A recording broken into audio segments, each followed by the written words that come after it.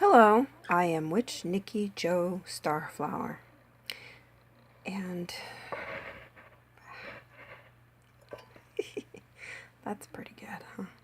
I'm trying to get rid of that view up there, but maybe I could cut it out later.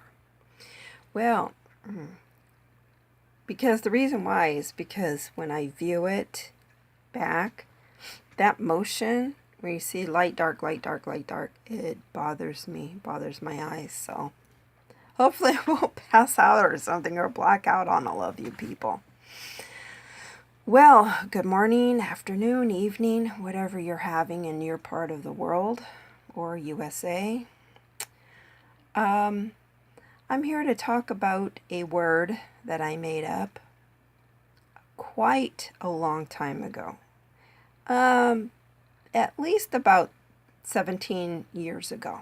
And that's kind of a long time. That's almost 20 years.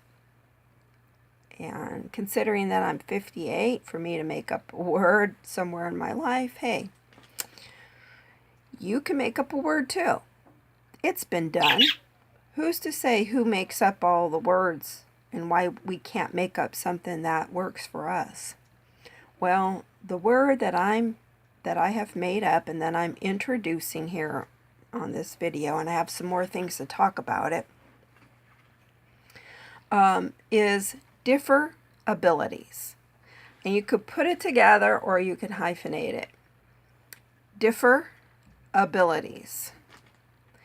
That means you have a different ability than other people, and it can work for the blind, the sight impaired, hearing impaired, or mobility impaired, or those of us who have hidden disabilities, what they call disabilities. Because all of us are able to do something. We do it different. And that's why I put it differ abilities. You're welcome. So, I wrote a comment, a lengthy comment, and I don't think he would mind that I'm sharing this comment on my YouTube station, on my video, because he's shared many times about his differability, and that's Omar Gosh TV. Omar Gosh. Omar. In public, he had gotten on a plane and had a panic attack.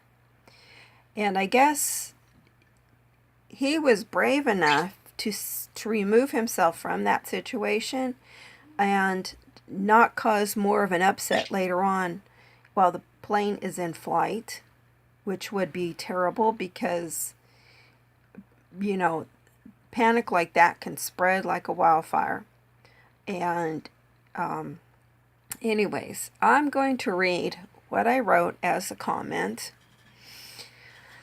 to how he felt like he had to explain what had happened because some people were making fun of him and stuff online, and that's going to happen. It's going to happen maybe to me. What I do, I delete. So, some people do not understand unseen illnesses. They understand white canes and hearing aids. Sign language is beautiful. They make ramps for people who use wheelchairs. But as soon as we have a panic attack or moody day, people are so nasty. They would not do that to mobility challenged or vision challenged or hearing challenged. When our hidden different abilities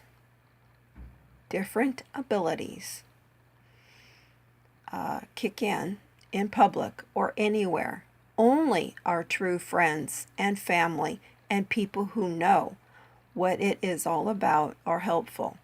Do not worry about the misunderstanders.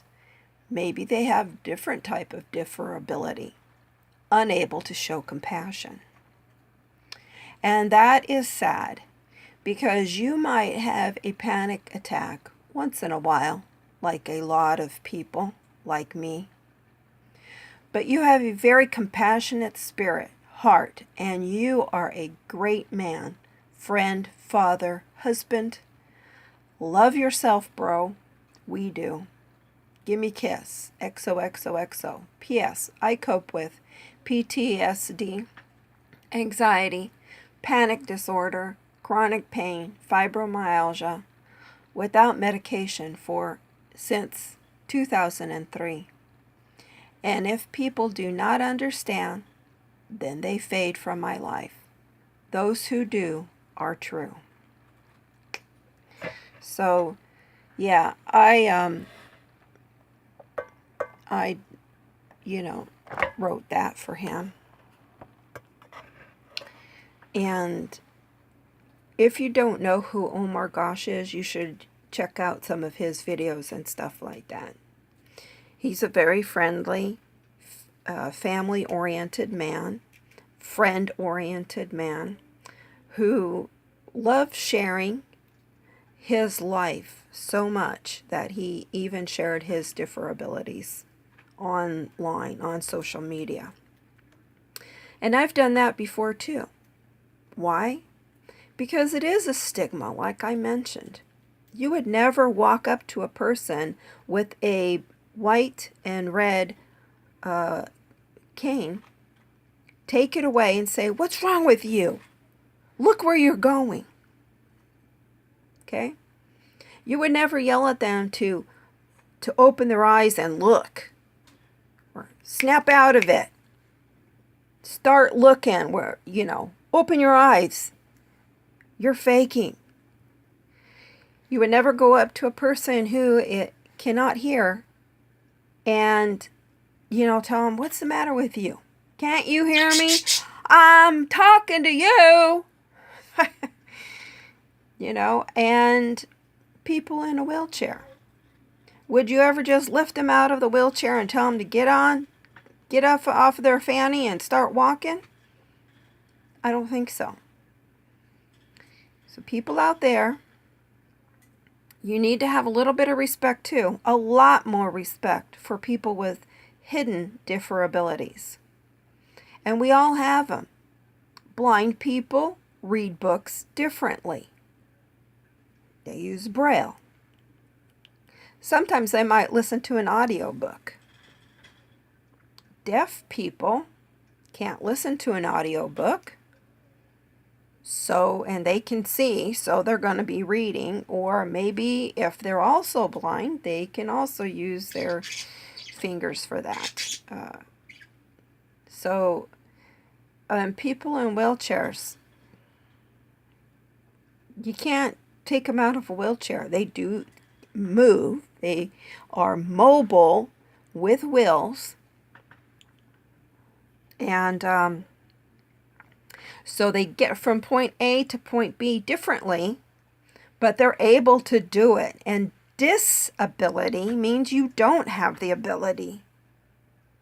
And it's time we stop using disability. It should be corrected, and differability should be used. Now, we're all human beings, and I am getting kind of tired of just being, "Oh, she's just moody," or "Why don't you just snap out of it?"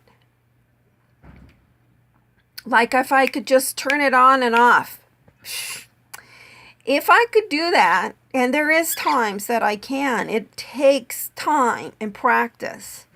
I have been depressed, on post-traumatic stress disorder, and other hidden differabilities, and I have chronic pain every single day since way before, I was in my late 30s.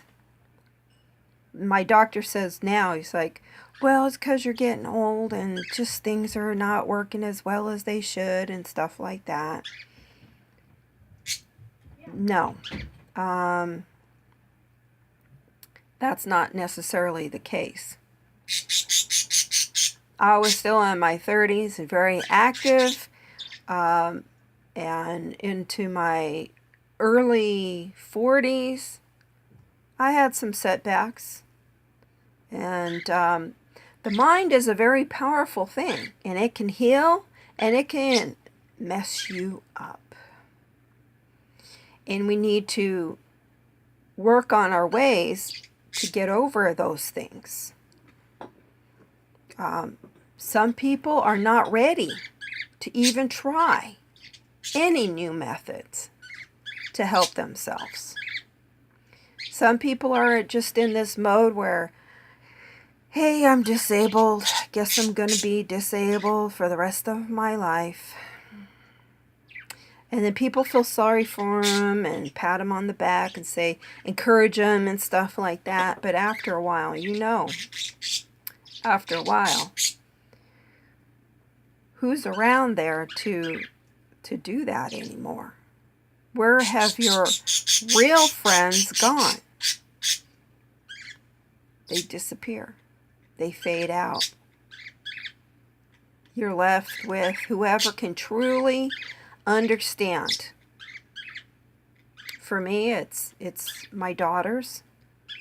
I have 3 daughters, and at least 2 of them understand me enough to understand and tolerate me, and I think that they could even improve on that, because sometimes they're like, what's wrong with you? Are you okay?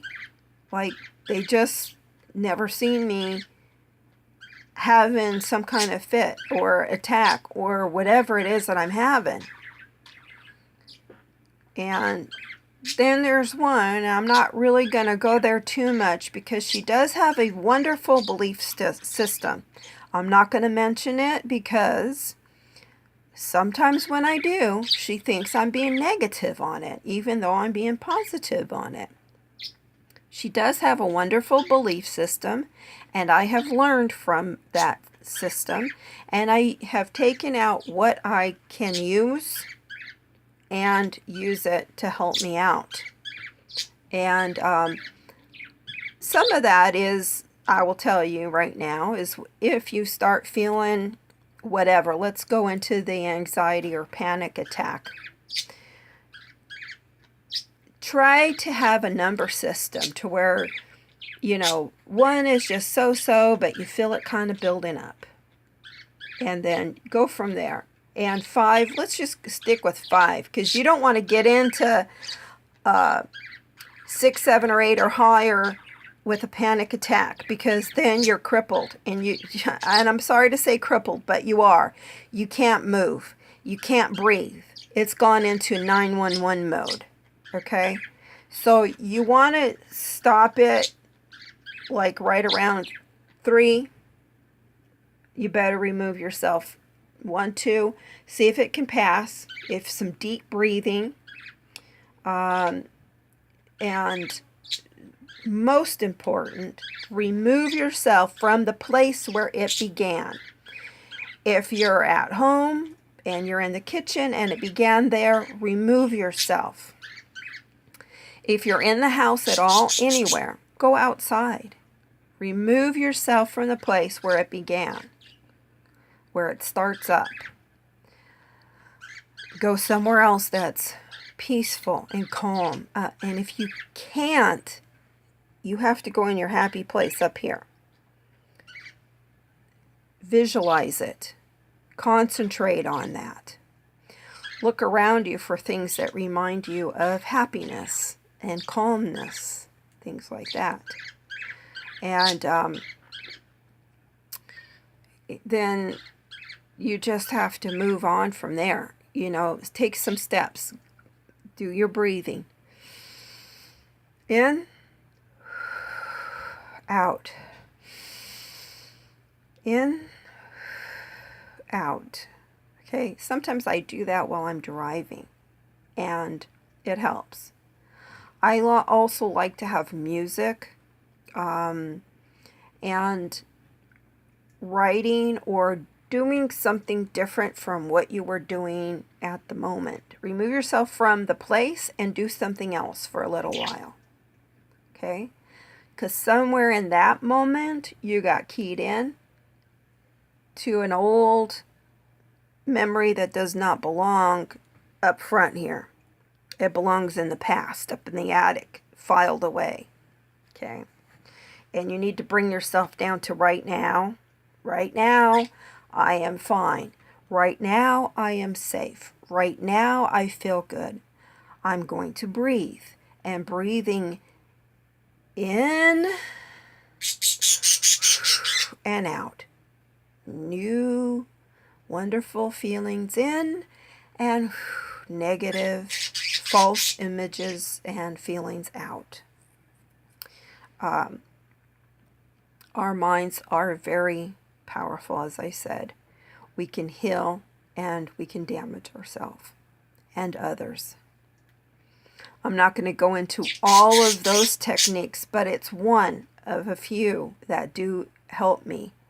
And since 2003, I have not been on any of those psychosomatic or psycho drugs or whatever you want to call them. I've not been on any medications, no herbs, nothing. It's just me and my mind learning how to cope with what's going on here and here, my whole body. The reason why I don't want any kind of drugs, and I call them drugs, there's drugs and there's medication. Okay, let me explain. To me, drugs are something that will mask or hold back a pain or feeling or something like that. They don't get rid of it. They just hold it back. Then there are medications. Medications help take stuff away. You know, like there's antibiotics. Some people don't like hearing about that, but they will kill the infections that you have. So they heal it, get rid of it. They don't just mask it over. You take away that. Now, you got to pay attention to some of the pains and things happening to you because you need to know what's going on with your body. You need to know, like, pain is usually a symptom or a warning that something else is happening. So you need to kind of address that and take care of it. And there's other things that I have also learned from the place that my youngest daughter has gotten her information from. Now, if any of you are curious, you can write to me at witch.nikki.porus@gmail.com. You can write to me and ask me, what is this place? Where did your daughter get some information? I'll let you know. But I'm really cautious about where I put information nowadays. I try to be very cautious about that. I don't want to offend her. And also, she always tells me that I shouldn't explain things that I really don't know. I'm not. Not really. I've taken the information that I've read and studied, and I use it for myself the way it works for me. I'm like, okay, this and this and this makes sense. That, don't need it. But this and this and this, that makes sense. I'm going to use that. Okay? Now, who gets the credit, actually, for that? Some of this stuff is common sense, and I knew it way before I started reading material by this one organization and person who wrote it. I just, sometimes you know stuff, and it's like, well, Do I really know this, or am I just guessing it, or where's this coming from? Well, a lot of times it comes from the universe, because like I'm all the time, I don't like sit there and go, why does this happen? Or why does that happen? Or why does that happen? I just like in my head, call it meditation, call it whatever. It's like, what's going on? Why is this happening? Boom, put it out there for the universe. Now, the universe is slower sometimes than computers are. And it'll just like come back. Someday I'll be like, bam, okay, message. Got a notification that the information I was looking for a few weeks ago or a few months ago, a couple years ago, boom, there it is. So, you know, that's okay. Things work differently nowadays. You know, you're out there and you're busy and stuff like that. And it's like, okay, maybe the question went out and now I'm just sitting here. The answer could just come right back because I'm nice and calm and I'm just sitting here. When you're out driving around, taking care of business and busy, are you really going to listen to an answer that's coming in? Sometimes, you know, you get the notification or you block notifications or whatever. And we do that in our everyday life with our own brains and heads and minds and stuff like that. I'm busy, and when I'm less busy, then I'll free up my mind and information will come in. Okay. So getting back on the word differability. Differability. Try to remember that. And I know that I have a lot of friends who do have differabilities. Or what some people say, hidden different disabilities, hidden disabilities. Okay, let's try not to use the word disabilities. Let's use the word differabilities. I have a different differability than other people who act normal and have it all together and have such a bubbly outlook on life all the time.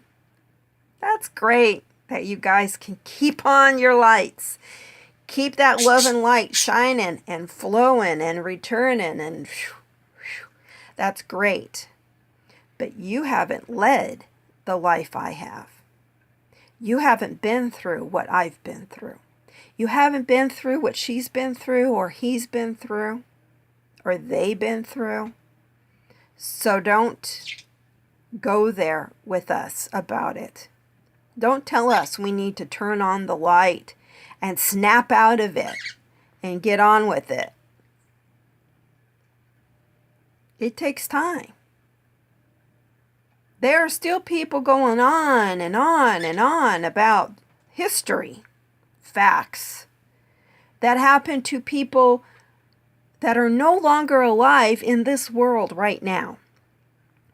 And you're saying, well, my great-great-great-great-great-great-great-grandma or grandpa or aunt or uncle or whatever had that happen to him, and darn it, I'm pissed off too.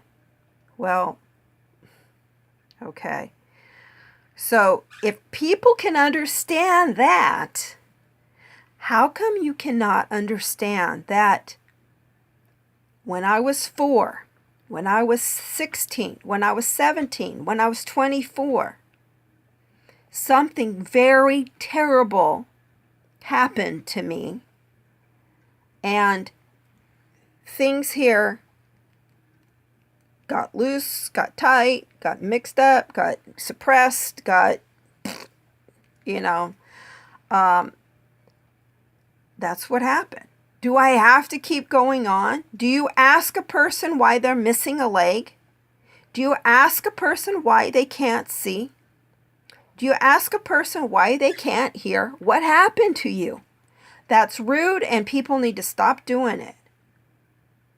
We have different abilities, folks. Get used to it. We are able to do stuff, and we need to be able to excel in that. But when you put a label on us that says you're disabled, bam, that sounds like we can't do anything. We are unable to do stuff. So we're just gonna stay here. But if you have a different ability, go out there and use it. Find what your specialty is while you have this different ability. Go out there and use it and do it. You know, there's all kinds of people out there that have different abilities and challenges that they're going through in their life, things that have happened to them, and they're standing up and saying, hey, I can still do this. Maybe I can't do this yet, but I'm going to try to do it this way, or I'm going to do it that way. Okay? So we need understanding. We need acceptance. We need tolerance from all of you folk out there who think you're perfect. Okay? Because there's actually nobody out there that's perfect. I love you all. Have a wonderful day. Blessed be.